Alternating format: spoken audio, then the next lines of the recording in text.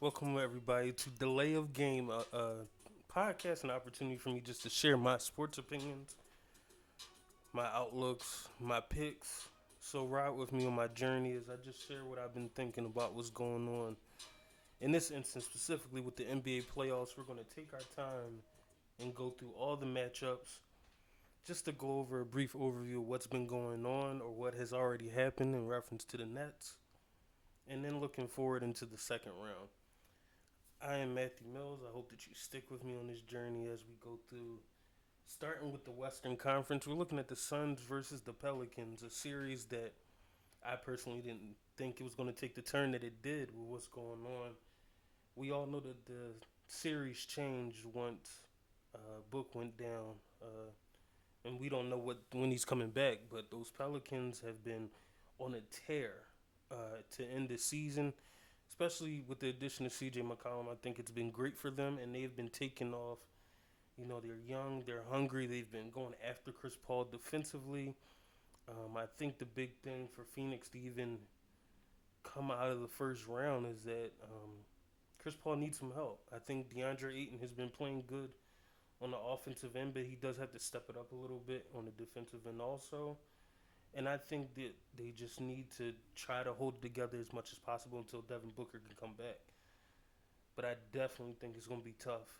The series is tied 2-2 right now, but I definitely think it's going to be a best of seven. It's going to 7 games, and I think that if things don't change, the Pelicans will definitely be coming out of the first round, which is something I don't think anybody would have believed going into the playoffs that whoever was the 8 seed had a chance to beat the Phoenix Suns. But that's the NBA for you. You never know what's going to happen. Um, and looking into the next series, that's pretty surprising, and I think that I also didn't take into consideration is the Grizzlies versus the Wolves. If I had thought about it, I've been watching the Wolves a little bit, and they have been picking up steam. But I did not believe in the Wolves to make any noise in the playoffs whatsoever. I am not the biggest Carl Anthony Towns fan, and I'm going to be honest. I just thought they were a little young, and I didn't think they had enough firepower to compete. The fight face the Grizzlies, and come to find out, I guess they did. Their series is also tied. I think the Grizzlies are a very talented team, very young. We have to be honest that Ja Morant has not been having the best series, and I think that's also been making a difference. Hopefully they'll be able to flip the switch and turn on some sense of urgency to really go for it. I think that the Grizzlies team has been playing well, but they need Ja Morant to play a little better. I'm pulling for the Grizzlies. I would like to see them make a run. We haven't seen. I could think of a really great Grizzlies team since Zach Randolph was over there. So it would be nice to get them to make some noise in the playoffs. But let's just cross the fingers and keep watching for a good series. The one that I think is going to be very impactful and probably my pick to make it out the Western Conference, barring any injuries, and if even if Book came back, I might be going with this. Warriors versus Nuggets. I think the Warriors have been looking great. I think they're clicking or beginning to click on all cylinders. They're beginning to get healthy. I think they are getting back to their old ways, and you throw in Jordan Poole has been taken into the next level. I think the Nuggets are just overmatched right now, and that's not a shot at Joker. I think the Joker's been playing great, but I do think he just needs more help. He doesn't have enough help with the way the current team is playing. Granted, they do have injuries, and sometimes that is the name of the game, but I think the Warriors are clicking on all cylinders, and I'm pulling for Steph. I want Steph and the rest of those guys to get some attention again and realize how good they are, because I think a lot of people have forgotten how good the Warriors were even before Kevin Durant. I think the last thing we remember is Kevin Durant being on that team, and we forget how great they were, how great Steph was before then. So I would like them to make a run, and I think Steph started off the year hot, and I think we were all just waiting for the Warriors to fall back into place with the talent that they have and them getting healthy. I just think the Nuggets are overmatched, but they are fiery and they're going to keep playing ball. But I think they just need to get healthy. Maybe once they get some of their players back, this might be a different conversation next year. They get everybody back on the floor. But for right now, I think the Warriors have their number, and I don't see it going past next game. I think the Warriors get it done in Game 5 and prepare for the next round, which I think will end up being potentially a really great series. If the Grizzlies pull it off, I could go for Warriors Grizzlies, and I still picking the Warriors in that matchup. And last but not least, I have been paying attention, but I do like the Mavs. Mavs versus the Jazz. I'm not a believer in the Jazz. Honestly, I've tried to watch them, and I'm a Donovan Mitchell fan, but it's something about them that just doesn't click well for me. They just don't pull it through well enough. They have too many bad playoff series. They just don't get the job done. I don't like it. It's just a fire that they're missing, and I don't get it. I don't know what's the missing piece. I don't know what's not clicking with them. I'm pretty sure if they lose to the Mavs, which I think they will, that'll be the end of this version of the Utah Jazz. Um, if they manage to beat the Mavericks, which I don't see, especially with the emergence of Brunson and they're getting healthy again. Luka's back. I don't personally see it. But sorry, Utah fans. But hopefully they be able to get it together. And I do think Donovan Mitchell is amazing to me. Hopefully they can figure it out on what that team is missing to go to the next level. But I don't see them making it out the first round. Sorry.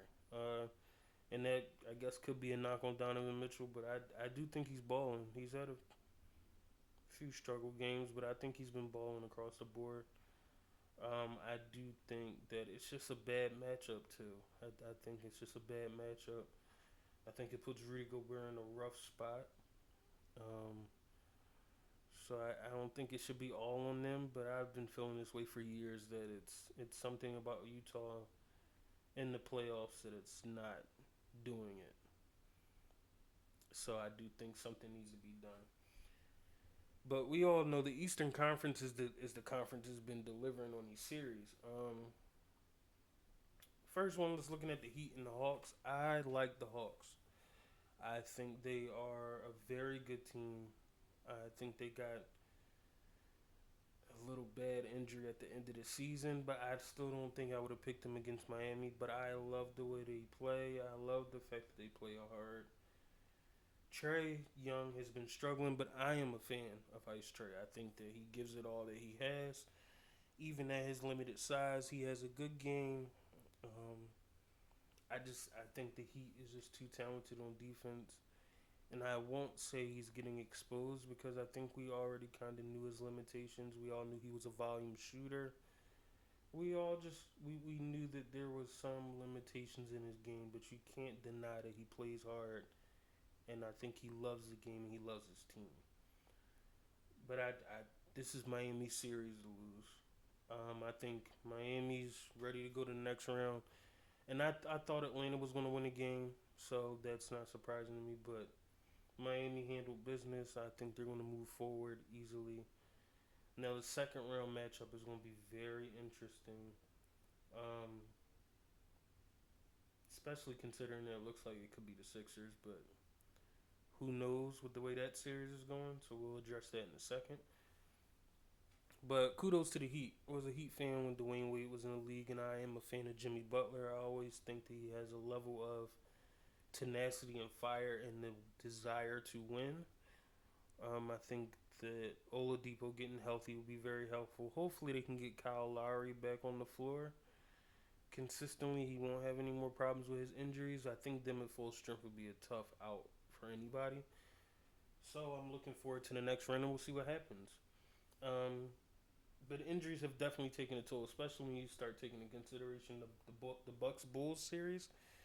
I am a big fan of Giannis. I think I love the way that Giannis plays the game. Giannis strives to improve the way he carries himself. I think that he plays the game correctly.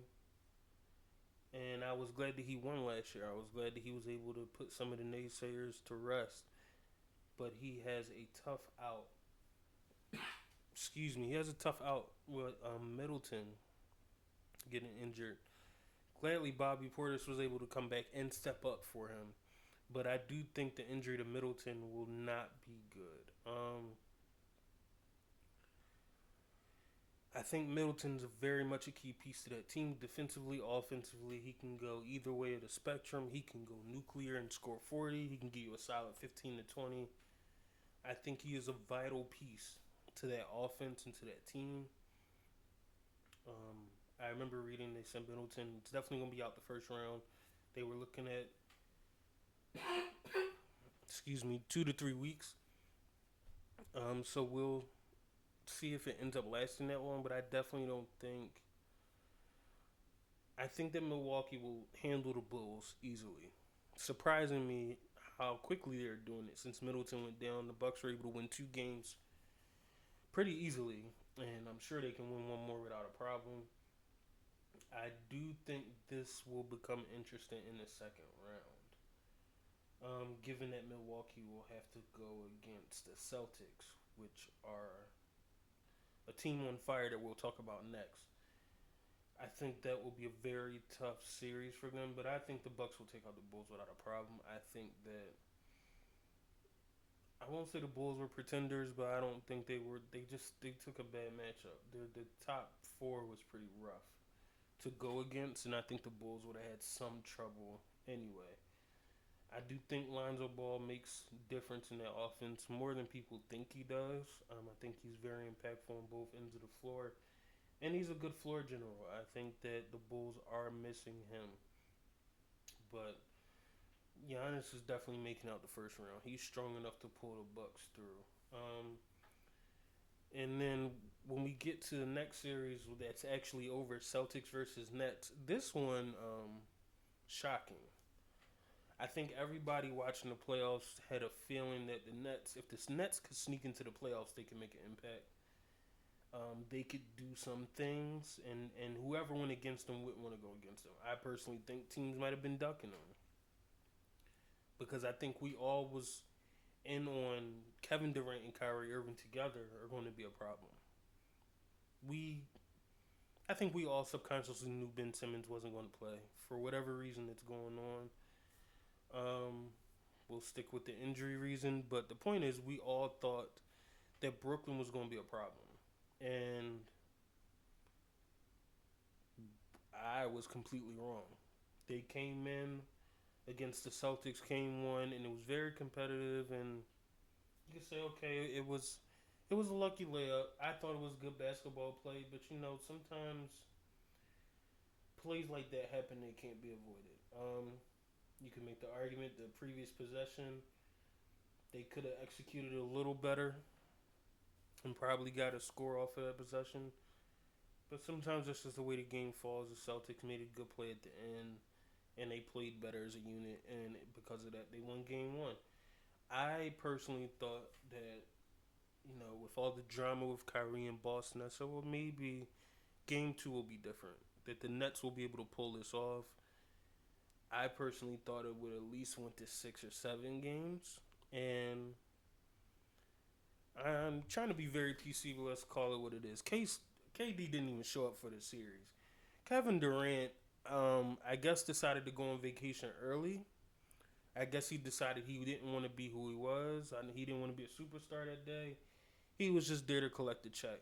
Now, we can all say he was tired, and that's fair. We can all say that they don't have the cohesiveness that a lot of the other teams in the Eastern Conference have. That's also very fair. But at the end of the day, when you're Kevin Durant or a player on that level, I don't think we would have been mad if Kevin Durant played great and they still lost. Same thing with last year. He played great against Milwaukee and they lost. And I don't think anybody holds it against him. I mean, we would have wanted him to win, but nobody's mad at him because he turned in some pretty great performances. This year, he was god awful in the playoffs. And I think it's unacceptable. I think it tarnished his legacy some because this is one of the first times this is the first time since OKC we've seen Kevin Durant play on the team that he was leading. I mean, even in OKC, he did have that one run to the finals, and then he got beaten by the Spurs in the Western Conference Finals. I think they had a 3-1 lead at the time. So we've seen Kevin Durant have a couple successful runs in the as him being the leader of a team, but he he joined a 72 or a 73 win team. I mean, I'm glad he won, but he needed to do it for himself. Okay, I would have preferred if he did it for himself. So for this to be the first outing or the second outing of him in Brooklyn, where he did pretty good last year, he was just overmatched a little bit and needed some more help. And then we come to this year, and you get totally demolished in the playoffs by a Celtics team that I still think you were the best player on the floor. I love Jason Tatum. I love Jaylen Brown. They are not better than Kevin Durant. Kevin Durant was the best player on the floor, and not only did he lose, he didn't show up. He chose to take an extended nap or early vacation on all 4 games. I'm sorry, the first 3. He showed up the last one. He showed up game 4, and it just didn't work out in his favor. But by then, I think we all know it was a foregone conclusion that Brooklyn was not winning. I have no clue what's happening with Ben Simmons, and I feel sorry for Brooklyn in that trade because there's a chance he'll never touch the floor for Brooklyn. I think there's a strong chance he won't. Hopefully next year he'll get back into the game. I pray whatever's going on will get corrected, but there's a chance he might not step on the floor. So for this to be a Kevin Durant team, and many people consider Kevin Durant the greatest player currently in the league, for him to show that performance is embarrassing. And being a Kevin Durant fan, I am shocked that that's the performance he decided to turn in. So for me, I think it's unacceptable. I'm glad that they're out the playoffs because we don't need that type of effort in a competitive playoff. I don't think Brooklyn, out of the stars at least, did not show much effort to me. So it's glad that they're gone. And I'm looking forward to the Celtics in the next round. I hope that Milwaukee can get healthy. I hope that they can get Middleton back. Because I would love to see the Milwaukee Bucks versus the Boston Celtics at full strength. That even includes the big man the Celtics are getting back, Williams, who I think might have played limited minutes, but I would like to see them. I would like to see them back full strength, a great competitive series, and may the best team win. Last but not least, I'm a Philly native. I live near Philly. I live right outside. I have to save the Sixers for last. Sixers versus Raptors. I thought the Sixers were looking great, minus James Harden, who is having a rough time. And I'll give James Harden some credit that he's finding other ways to be impactful in the game. He's averaging a good amount of assists as well as rebounds, despite him not scoring the way he normally does. So I'll give him some credit that he's impacting the game. But he does have to play better for them to go further. I don't. Any other player can do what he's doing. I think because he's James Harden and given his reputation in the playoffs, he has to do more. They traded for him to do more. I think he has to find ways to get his scoring together in the playoffs, especially as they advance, because they won't beat Miami the way James Harden's playing. They might can make it competitive because Joel Embiid, if it's not Giannis, Joel Embiid should be MVP. They'll be competitive, but they will not win that series without James Harden playing the way James Harden can play. I want to give a shout out to Tyrese Maxey. I think he's been playing great. I think he's been having a great playoffs. I think he's been having a good year. He's definitely stepped it up in the playoffs. I am a fan. I went to see them with my dad near the end of the season when they played Milwaukee, and I think Tyrese Maxey even then had a really good game. So, not worried about him. Shout out to Tobias Harris, who's been stepping his game up during the playoffs. I think his points and assists, I believe, have been going up, as well as his rebounds. He's been rebounding really well. He's been scoring efficiently. and has stepped it up on defense. So I think the Sixers have been playing well, minus James Harden. Shake has been playing well also. So I think kudos to them. Started off the series hot. I think Joel Embiid came out on a mission. You know, he was talking trash. He was talking trash to Drake. He was talking trash to the coaches. He was playing his game. He was dominant. I think the first three games were amazing. Joel Embiid was on one. I'm not sure if the injury is taking a toll, but I do think there is a difference, especially in these last two games. I think that Doc Rivers might need to take some initiative in reference to the play calling and getting Embiid more involved. Especially at the conclusion, I believe it was Game 4 I was watching. I just didn't like how Embiid was not involved in the offense in the fourth quarter. You could say that Embiid should be more aggressive, but there's no way in two or three consecutive possessions in which the Sixers aren't down by much. I watch Embiid go stand in the wing while James Harden and other players dribble and miss shots. I think it's weird that your best player is arguably just ruled irrelevant for a play. He goes in the corner and just stands there. Embiid should have been more involved. Embiid should have been in the post. Embiid should have been at the free throw line being allowed to work. And I love James Harden, but in that moment, I want Embiid with the ball, not James Harden. Joel Embiid is the best player on the Sixers. He's the best player in that series. You can make a debate. He's the best player currently in the league. Between that's your preference, but the point is, he should have been more involved with the ball in his hands near the end of that quarter, and possibly that would have been the end of the series that the Raptors would have won. So now we're in a situation where not only did they drop Game 4, they dropped Game 5, and I'm not saying that the Raptors are going to win, but the Raptors are as close as the East Coast Clippers. You can never rule the Clippers out. They're always a hard fighting team. They will always give you everything that they have, and they'll make it competitive. They're going to fight. They will scrap. And I will say from watching Game 4 and 5, the Raptors will scrap. They got the Rookie of the Year. They still got, somehow they just keep young talent. Even with the injury to Fred VanVleet, they are still playing at a high level. To the point that I don't know if the Sixers will win Game 6 in Toronto. I would like them to. As a fan of the Sixers, I want them to get out of this series so they can move forward because they got to play the Heat next round. But I do think the Raptors could possibly force a Game 7. I think there's a strong chance they will force a Game 7. So we'll see, and hopefully I'm wrong, and my team pulls it through.